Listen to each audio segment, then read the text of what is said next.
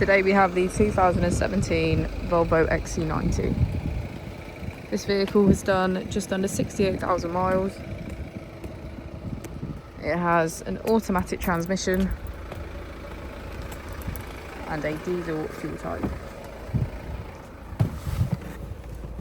To the left of our steering wheel, we have cruise control as a feature, as well as automatic headlights.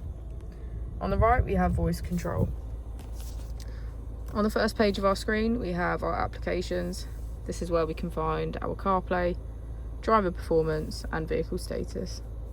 On the second page is our key features. This includes navigation, smartphone integration, and Bluetooth. On the final page is our car functions with lane keeping aid, park assist, distance alert, and road sign information. If we put the vehicle into reverse, we can hear that it comes with parking sensors. If we press here, we can access our climate control. That includes heated seats on either side. Finally, if we press our drive mode button, we can switch between our 4 different driving modes: eco for efficient, comfort for everyday use, off-road, and dynamic.